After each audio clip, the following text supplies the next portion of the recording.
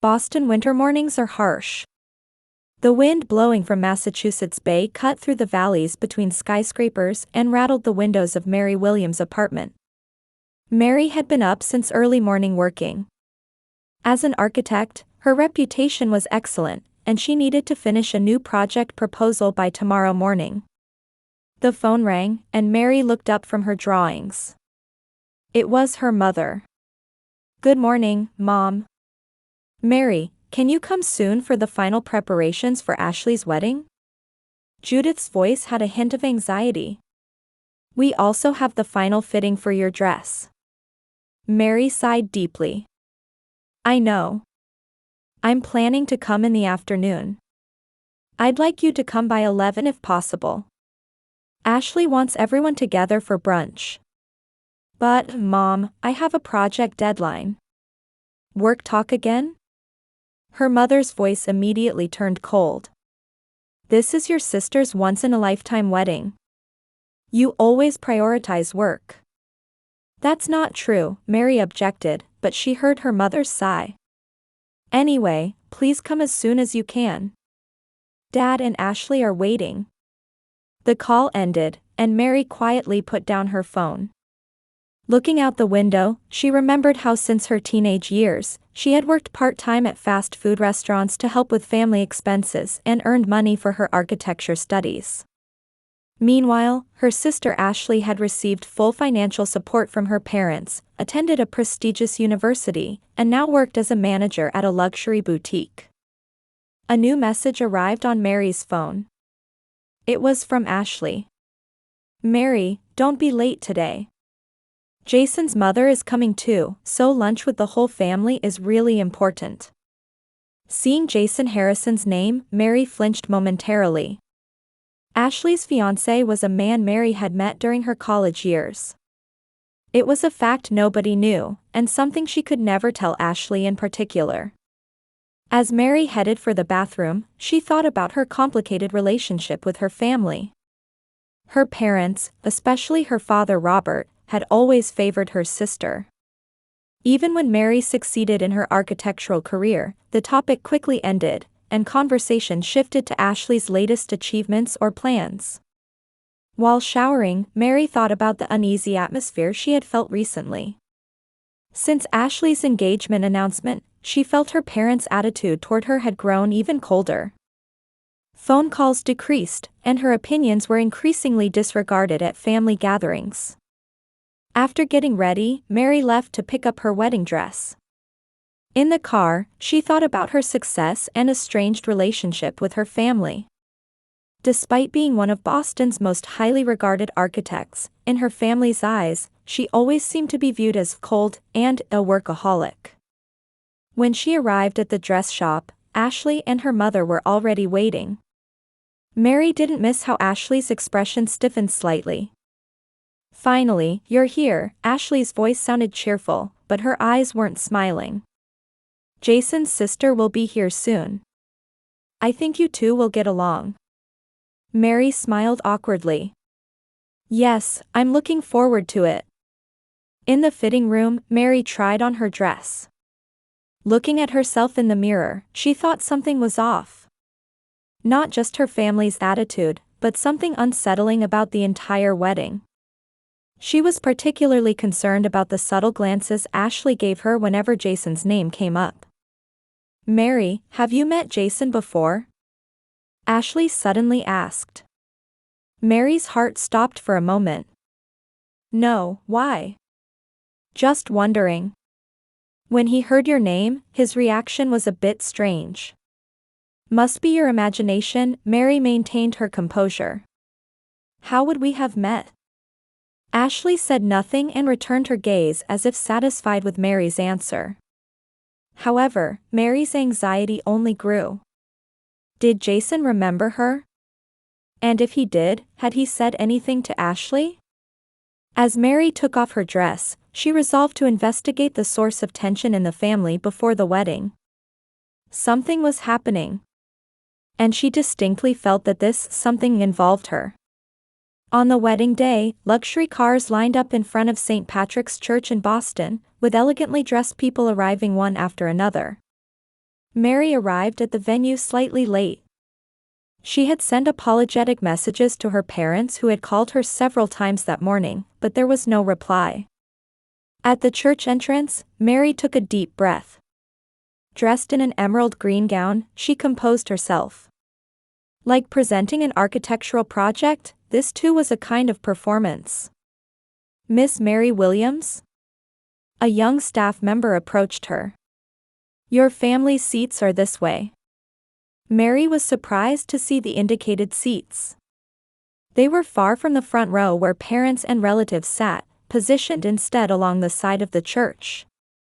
"Excuse me, I'm the bride's sister. Shouldn't I be in the family section?" The staff looked confused. "I'm sorry. The seating chart specifies this." Mary nodded quietly and headed to the assigned seat.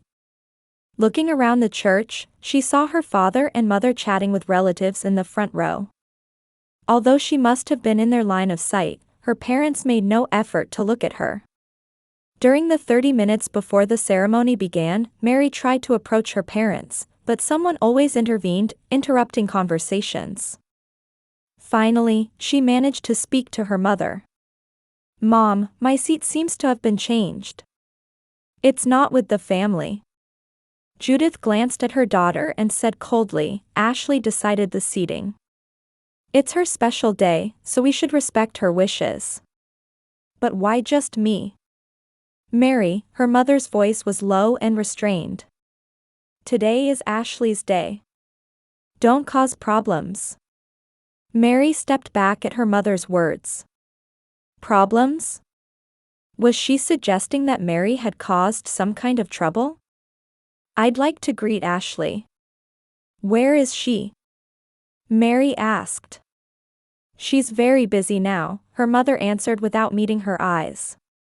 "There's so much to prepare before the ceremony begins." Robert, her father, approached. His expression hardened subtly when he saw Mary.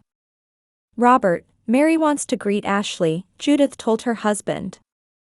"That's not possible now," Robert's voice was colder than usual. "Ashley is busy with preparations. Besides..." He broke off. "Besides what?" Mary prompted. "Nothing," her father said. "Return to your seat. The ceremony is about to begin." Mary left her parents and went outside the church. Something was wrong. She took out her cell phone and sent a message to Ashley. "Are you in the dressing room? I'd like to say hello." The reply came immediately, "I'm busy now." After the ceremony, Mary sighed. Outside the church, she happened to meet Mike, Jason's best friend. Mary remembered Mike's name and face from her college days with Jason. "Hello, Mike." Mary called out. "I'm Mary, Ashley's sister." Mike looked surprised and stared at Mary. "Oh, yes, hello." His reaction was visibly awkward. "It's been a while," Mary said. "Have you been friends with Jason since college?" The color drained from Mike's face. "College? Did you also, with Jason at college?" "No, I don't know him," Mary quickly said. "I just meant, he talks about you a lot." "Oh, I see," Mike seemed relieved. "Yes, we've been friends for a long time." The conversation continued unnaturally, with Mike checking his watch repeatedly. "Excuse me. I need to find Jason," he said, hastily departing.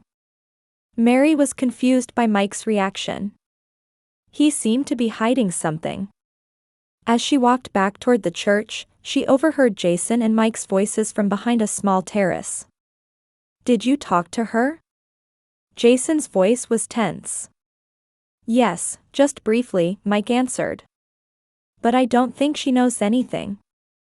At least, she didn't act like it." "Good," Jason sighed.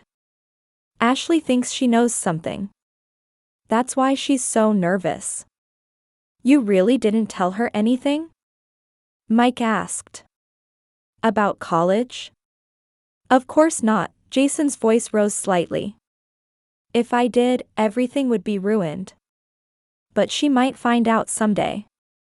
We'll deal with that when it happens, Jason said. Just don't cause any trouble today. Especially, stay away from Mary. Mary caught her breath. They were clearly talking about her. And Jason was hiding something from college. She quietly left and returned to the church. She tried to piece together the fragmentary information in her head, but couldn't see the complete picture. Jason was hiding from Ashley that he knew Mary. And that was making Ashley nervous. But why? Just before the ceremony began, Mary took her seat. Her mind was confused, but her expression remained calm. The church pipe organ resounded, and all attendees stood up. While waiting for the bride's entrance, Mary looked around the venue. Her parents' tense expressions, Jason's anxious eyes, and the curious glances directed at her from several people mixed among the guests. Not understanding what was happening, Mary watched Ashley enter on their father's arm. Her sister's face was smiling, but her eyes were cold and never once looked in Mary's direction. After the ceremony, the newlyweds exited down the central aisle of the church. Ashley's face was radiant with happiness, but Mary didn't miss how her expression hardened momentarily as they passed Mary's seat. At the luxury hotel ballroom serving as the reception venue, many guests had already gathered. Upon entering, Mary checked her seat at the reception desk. Williams, Mary. The reception staff checked the seating chart and showed a slightly confused expression. Ms. Mary, your seat is over there at table 23. Mary looked in the indicated direction. It was a small table in the corner of the room, furthest from the head table. As she approached the table, Mary realized it was 4 single guests, people who came alone, neither family nor part of the newlyweds' friend groups. This must be a mistake, Mary murmured to herself. However, the place card on the table clearly had her name printed on it. Mary slowly took her seat. The other people at the table directed curious glances at her. You're Ashley's sister, aren't you? An elderly woman asked. Why are you sitting here? Mary smiled. Yes, I am. There seems to be some confusion with the seating arrangements, the woman said meaningfully. I've heard a bit about you. Must be difficult. Mary frowned. About me? What have you heard? I'd rather not repeat gossip, the woman said and changed the subject. Mary's anxiety only increased. It seemed some rumor about her was circulating among the guests. After dinner, the toast speeches began. Father Robert stood up and blessed his daughter and her husband with moving words. Ashley, you are our light. We are proud that you have always put family first, being a loving and caring daughter. Mary stiffened slightly at her father's words. The phrase, put family first, seemed to contain some implied criticism. As if to say, unlike her. As cake-cutting time approached, Mary wanted to offer congratulations to her sister. She approached the head table. Ashley was talking intimately with Jason, but when she saw Mary approaching, her expression clouded. Ashley, congratulations, Mary said with a genuine smile. But Ashley didn't even meet her eyes and remained silent. She turned to her husband and whispered something. Jason looked anxiously at Mary. Ashley, didn't you hear me? Mary called again. I'm wishing you happiness. Ashley turned a cold gaze toward Mary. Thank you, her voice was icy. Would you go back to your seat? We're about to take photos. Mary couldn't hide her hurt expression. Of course, she said quietly and left. Feeling her heart pounding, Mary headed for the bar. Her head was spinning. She ordered a ginger ale and drank it quietly in a corner of the venue, trying to make sense of the situation. Are you Mary? Turning to an unfamiliar voice, a young woman was standing there. "I'm Carol, Jason's cousin." "Nice to meet you," Mary said. "Is it true you tried to seduce your sister's fiancé?" Carol asked bluntly. Mary nearly dropped her drink. "Excuse me. Everyone's talking about it," Carol leaned in. "That you had a relationship with Jason in college and now you're trying to win him back. That's a complete lie." Mary's voice trembled. "Who would say such a thing?" "Ashley," Carol shrugged. "She told the whole family. That's why everyone's avoiding you." Mary felt her world collapsing. Her sister spreading such lies about her. So that's why her family was avoiding her and being cold.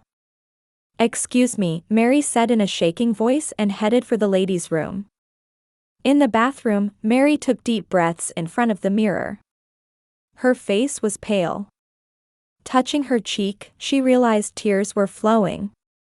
The door opened, and a woman in an elegant dress entered. She flinched momentarily upon seeing Mary. "Oh, you must be Mary," the woman said. "I'm Eleanor, Jason's sister." Mary wiped away her tears. "Nice to meet you. Are you okay?" Eleanor asked. However, her voice lacked genuine concern. "Yes," Mary lied. "Just a bit tired." "I see," Eleanor said, beginning to touch up her makeup. "I've heard about you. That you abandoned your family and only built your career." Mary looked at her in surprise. "What?" "Ashley told us," Eleanor said coldly. "When she was young, you left home and never came back, right? Never took care of your sister." Mary trembled with anger and sadness. "That's completely untrue. I left home for college, but I came back every weekend. And..." "Fine," Eleanor waved her hand. "It's none of my business. Just don't hurt Ashley today." After Eleanor left, Mary entered a stall and closed the door. There, she quietly cried. Ashley was spreading complete lies. Far from abandoning her family, Mary had supported the household while attending college and dipped into her own savings to support her family when her parents lost their jobs. Ashley was able to attend a prestigious university partly because Mary covered some of the tuition. Taking out her cell phone, Mary opened an old photo. It was from college, showing her and Jason in the same classroom. They had indeed known each other, but there was no romantic relationship. It was true that Jason had shown interest in her, but Mary had avoided romance due to her family responsibilities. Everything connected. Ashley had learned about Mary and Jason's past connection and, out of jealousy, was spreading lies. And by telling her family Mary abandoned the family, she was tarnishing her reputation. Leaving the restroom, Mary's expression was filled with determination. She headed to the cloakroom and collected her coat. "Leaving already?" the cloakroom attendant asked in surprise. "Yes," Mary answered quietly. "I just remembered something I need to do." Before exiting the venue, Mary looked back one last time. At the head table, Ashley and Jason were cutting the cake, smiling for photographs. Her parents watched proudly. No one seemed to notice Mary was missing. Mary left the hotel and stepped out into the Boston streets where snow had begun to fall. She hailed a taxi and gave her apartment address. As the taxi pulled away, Mary endured the pain in her chest and thought. Her family didn't know her truth. They preferred to believe the lies. Arriving at her apartment, Mary sat alone and sorted through the truth. Her sacrifices and contributions had been ignored and distorted by her family. And now, she was completely isolated. Mary's apartment was wrapped in stillness. She poured herself a glass of wine and sank deep into her sofa. She was still wearing her dress. Outside the window, Boston's night scenery spread out, with snow continuing to fall quietly. With her cell phone on the coffee table, she was lost in thought. All the evidence to prove the truth was there: records of money transfers to her family, proof of payments for Ashley's university tuition, records of helping with her parents' mortgage payments. For the past 15 years, she had continued to support her family financially. But those facts had been painted over by Ashley's lies. Mary's cell phone began to ring. Ashley's name was displayed on the screen. She ignored the call and continued to drink her wine quietly. Next came calls from her parents. And surprisingly, from Jason too. Now they notice, Mary murmured to herself. The phone didn't stop ringing, and messages kept arriving. Mary finally picked up her cell phone and checked the messages. She read a message from Mike. "I want to apologize for what happened at the engagement party. I was drunk and talked too much about Jason's college days. I revealed that you were his first love. Now, the venue is in chaos." Mary caught her breath. Mike had revealed the truth. But that couldn't be all. The phone rang again. This time from an unknown number. "Hello?" Mary answered. "Mary." An unfamiliar woman's voice came through. "This is Eleanor, Jason's sister. We met in the restroom. What do you want?" Mary's voice was cold. "I want to apologize to you." Eleanor's voice sounded genuinely sorry. "I didn't know the truth about your contributions to your family. When my mother collapsed at the venue, Jason's friend Mike, who was drunk, started talking about various things. That you financially supported your family, especially covering Ashley's education costs, and yet Ashley was lying." "What?" Mary was surprised. "Mike also talked about college days. That Jason was crazy about you. But you turned him down because you had family responsibilities," Eleanor continued. "My mother collapsed from shock, and we wanted to know the truth. Jason admitted hiding his past from Ashley, and Ashley, she had to admit her lies too." Mary was speechless. Eleanor continued. "The venue is in chaos now. Both families are in conflict. Jason's father is furious. Ashley has broken down in tears, and your parents are unable to accept the truth. What can I do?" Mary asked quietly. "Please, come back," Eleanor pleaded. "Our family wants to know the truth. We want to apologize for misunderstanding you." Mary hung up. She turned off her cell phone and stood by the window. Emotions were swirling. Anger, sadness, and a strange sense of liberation. With the truth revealed, she laughed quietly. That night, Mary decided to stay at a hotel. The next morning, she opened her laptop and wrote a long letter to her family. It was a true record from her college days to the present. She attached records of money transfers for Ashley's education costs, payments for her parents' medical expenses, and most importantly, evidence that she had repeatedly put her own dreams on hold for her family. In the hotel room, Mary organized all the truths. In college, Jason had indeed confessed to her. However, at that time, Mary was working to supplement her parents' unstable income while attending school, and romance was the last thing on her mind. She gently declined Jason, and since then, they had kept their distance. When Ashley met Jason, he didn't talk about his past with Mary. And when Ashley somehow learned that fact, she began spreading lies out of jealousy. After sending the letter, Mary turned on her cell phone. It immediately began to ring. This time it was from her father. "Mary," her father's voice was trembling. "We read your letter." "And?" Mary asked calmly. "Unbelievable," her father said. "Is all this true? That you did so much for us?" "It's all true," Mary answered. "I've done my best for the family. But you always prioritized Ashley and never saw my efforts. I understand, her father's voice was filled with regret. We were blind. And we believed Ashley's words too much. How is Ashley? Mary asked. She's confused, her father answered. Her relationship with Jason is also in crisis. His family is furious knowing the truth and says they're withdrawing their blessing for the marriage. Mary sighed. I don't want revenge on Ashley. I just wanted the truth to be known. Please, Mary, her father pleaded. Won't you come back home? We need to talk, all of us. After a long silence, Mary answered, I can't right now. I need time. After hanging up, Mary thought deeply.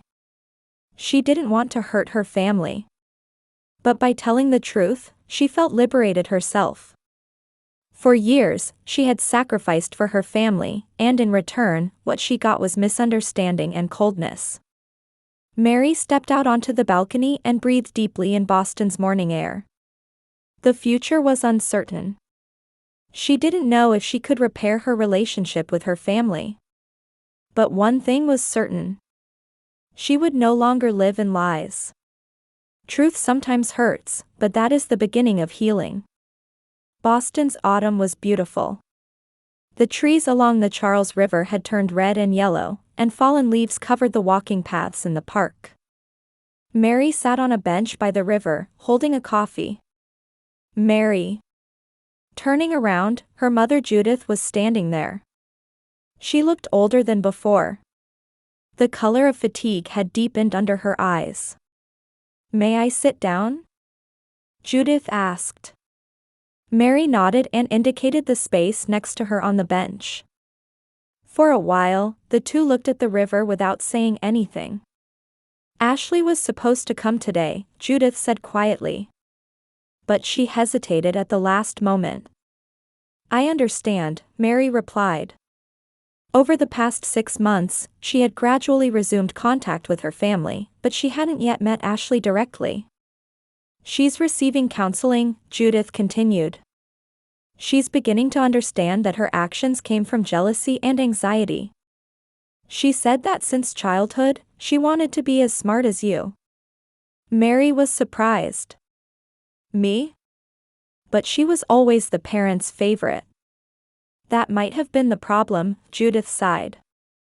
We spoiled her too much. She didn't have your strength or independence. So, she developed complex feelings toward you. And Jason? Mary asked. They're still together, Judith answered. But the relationship is difficult. Jason's family hasn't fully accepted Ashley, and he himself is disappointed in her behavior. They're receiving couples counseling. Mary thought as she drank her coffee. She hadn't wanted revenge. She had only wanted the truth to be known. And Dad? Mary asked. He's reflecting, Judith said quietly. We were blind. We took your sacrifices for granted. Because you always took responsibility, we didn't realize how much we benefited under that. Mary took her mother's hand. The anger hadn't completely disappeared, but she felt that a door to understanding had opened. Ashley has started telling her friends the truth, Judith said. At first, she was embarrassed, but now she acknowledges her mistakes and talks about everything you did for us. Clouds drifted away, and the autumn sunlight enveloped them. Complete forgiveness will take time, Mary said honestly. But I'll try. We can't ask for more than that, Judith smiled. That night, Mary returned to her apartment and stood by the window, gazing at the city lights. Her cell phone rang, and a message arrived. It was from Ashley. Mary, I'm sorry. I didn't have the courage to meet. But someday I want to have the courage to apologize. You were a wonderful sister. I didn't deserve that. Mary stared at the message for a long time. Then she replied. Ashley, contact me when you're ready. I'll be here. Mary put down the phone and exhaled deeply. Family bonds are complex. Blood ties are just the beginning of a relationship, and she understood that true family is built on honesty and mutual respect. The path to complete reconciliation might still be long, but on the foundation of truth, they were beginning to build a new relationship little by little. It wasn't perfect, but at least it was genuine. Stars began to shine in Boston's night sky. Mary smiled as she thought about the future.